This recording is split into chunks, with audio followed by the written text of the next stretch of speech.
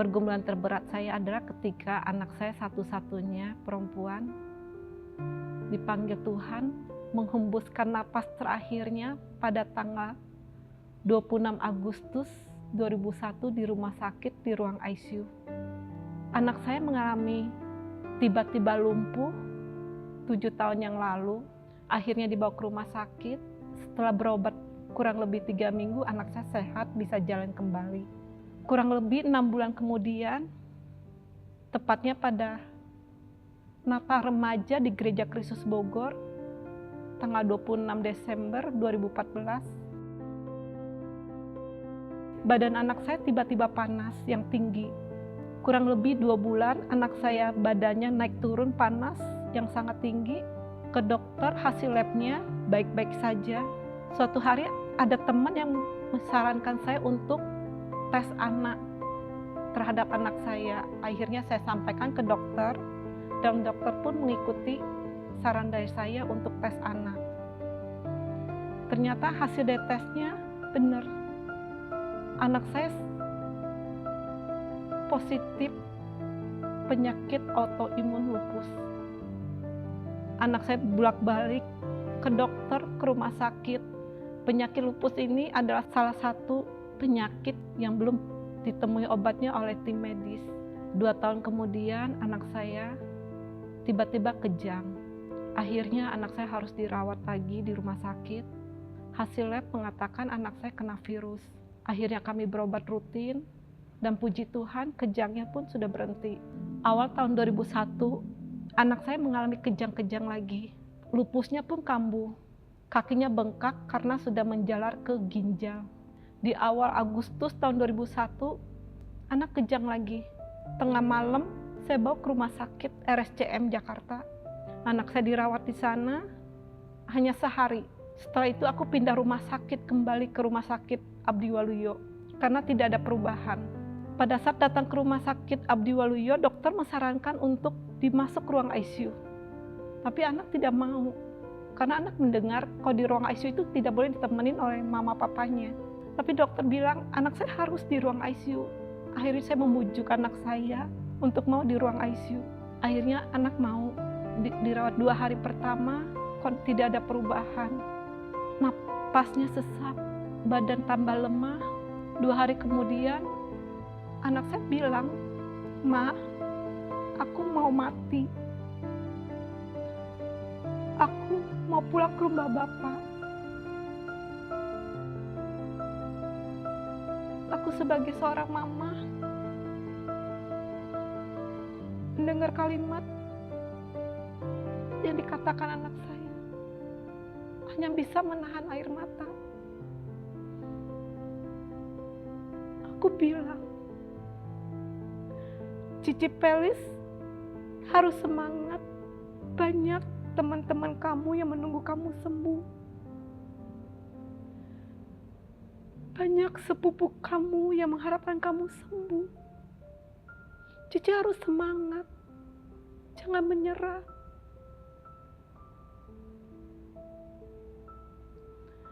Berapa hari kemudian, kondisinya semakin parah, lemah. Napas semakin berat, dan diajak bicara pun sudah mulai sulit.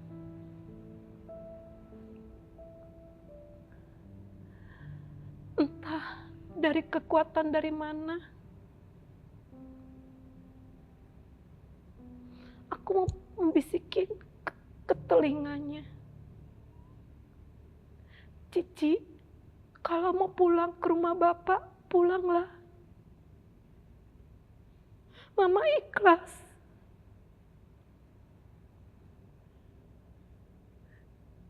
Dengan cepat, anak menjawab, "Mama, makasih."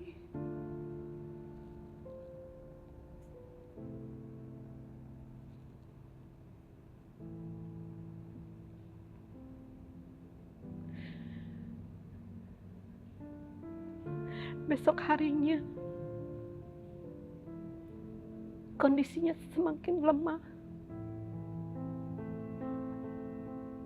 Sekitar jam 10.30 malam, suster memanggil saya. Ibu dipanggil sama anaknya. Saya masuk. Anak saya bilang, "Ma, temenin aku tidur malam ini." Aku bilang, "Iya Cici, Mama temenin." Aku usap-usap rambutnya, tangannya, pipinya, sampai dia tidur. Akhirnya aku keluar dari ruang ICU. Besok pagi-pagi sekitar jam 8.30, aku suapin dia makan, kasih dia minum, ngajak dia ngobrol, walaupun dia sudah kurang respon.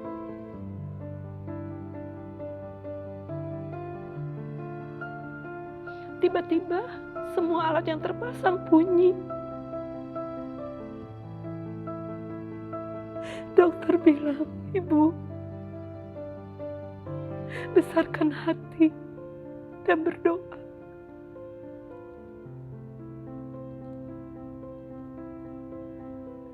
Ternyata anakku udah dipanggil pulang. Anakku sudah menghembuskan napas terakhirnya.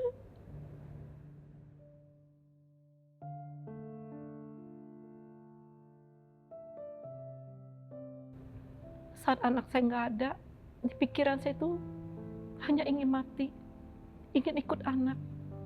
Merasa, buat apa aku hidup tanpa anak?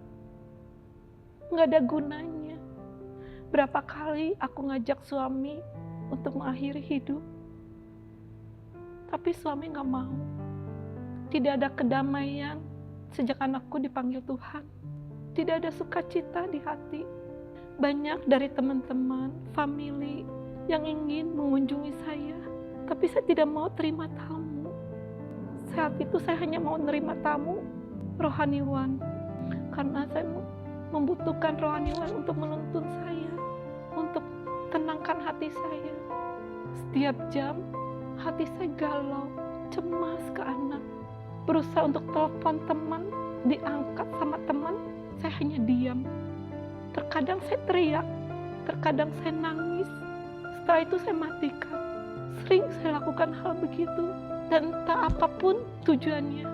Bahkan setiap hari saya chatting dengan pendeta Ko Andreas, pagi, siang, sore, malam. Isinya kurang lebih adalah melepaskan rasa kangen saya kepada anak, melemparkan pertanyaan-pertanyaan yang tidak ada habis-habisnya. Pernah sampai telepon ke Ibu Lina, istrinya pendeta Ko Handi Rusli.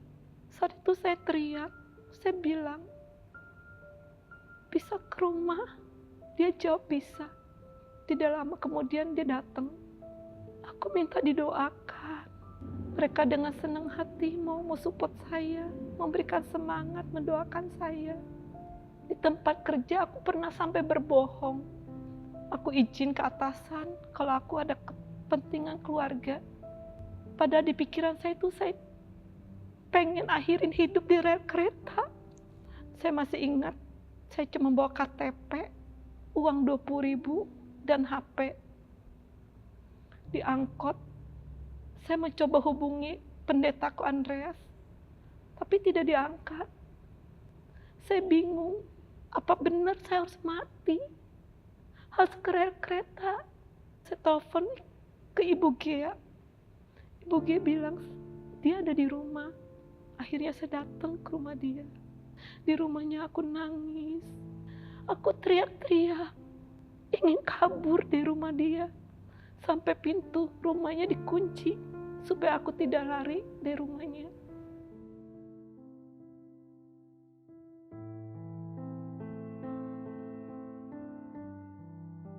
Setelah anak saya dipanggil pulang, rasa marah, kecewa, dan merasa Tuhan tidak adil, itu pasti ada. Aku marah sama Tuhan, aku kecewa, kok Tuhan gini? Aku punya anak satu-satunya, tapi kenapa Tuhan panggil? Di luar sana masih banyak anak yang terlahir yang tidak diharapkan oleh orang tuanya. Di luar sana masih banyak orang tua yang memiliki anak banyak. Tapi kenapa harus Felis, anak satu-satunya, anak kesayangan mama papanya, anak yang dibanggakan? Kenapa Tuhan gak adil?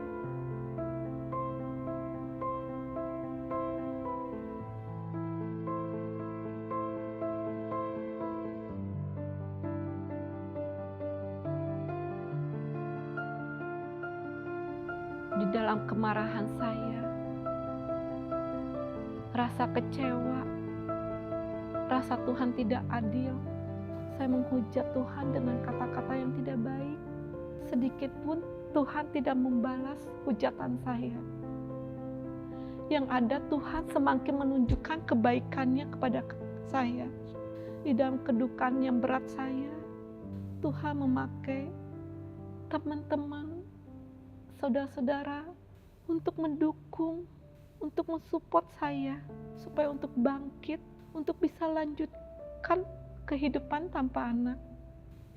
Pernah berdebat dengan pendeta Ko Andreas. Dia bertanya, Cici itu udah mengikhlaskan anak pulang ke surga? Saya menjawab iya. Beliau bilang, kalau saya melihat dari pernyataan-pernyataan yang ada, Cici itu belum ikhlas. Aku bertanya, aku harus gimana kok? Pendeta Ko Andreas bilang, coba Cici berdoa, minta Roh Kudus mampukan, tuntun Cici untuk bisa mengikhlaskan Felis pulang. Saya mencobanya, saya ikuti doa yang diajarkan oleh pendeta Ko Andreas. Ternyata hati saya lebih damai, merasa tenang. Akhirnya setiap saya galau, saya sedih, saya kangen, dimanapun saya berada, di tempat kerja, perjalanan, di rumah, saat rasa galau hati saya berdoa, saya minta Roh Kudus mampukan, minta Roh Kudus tuntun saya untuk mengikhlaskan anak saya pulang. Saya sungguh-sungguh berdoa kepada Tuhan setiap harinya, karena hanya Tuhanlah, hanya lewat Dialah suatu saat nanti aku akan bertemu kembali dengan anak saya. Banyak orang yang bilang kalau aku tuh wanita kuat, wanita hebat.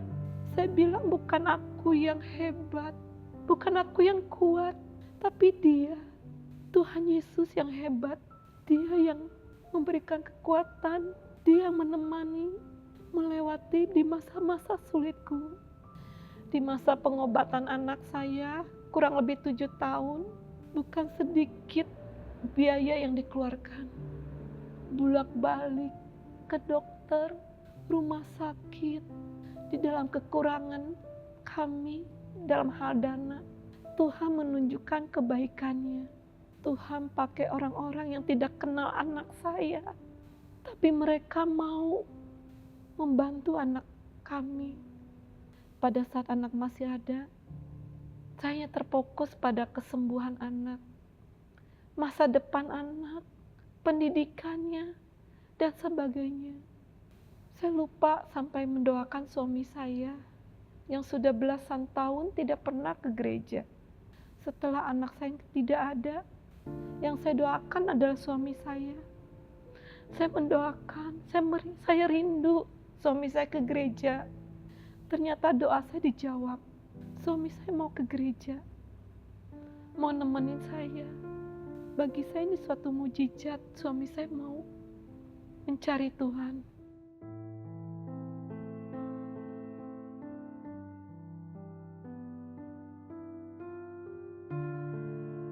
Bapak Ibu yang dalam kedukaan ataupun dalam pergumulan yang berat, jangan pernah meninggalkan Tuhan.